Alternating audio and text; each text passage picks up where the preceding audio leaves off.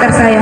Saya mengajak mereka untuk bersama-sama melakukan perubahan, yaitu kami sudah melakukan kegiatan rutin 3 minggu sekali membersihkan sampah bergotong royong, sehingga kami menciptakan desa bersih dari sampah.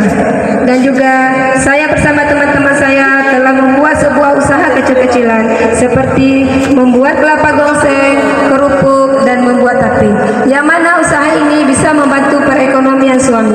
Dan usaha ini akan terus kami kembangkan sehingga nanti desa kami bisa menciptakan sebuah desa produktif. Terima kasih kepada Akademi Pariwisata Indonesia, karena bukan hanya saya pribadi yang merasakan perubahan ini, tapi teman-teman dan orang-orang di sekeliling saya juga merasakannya.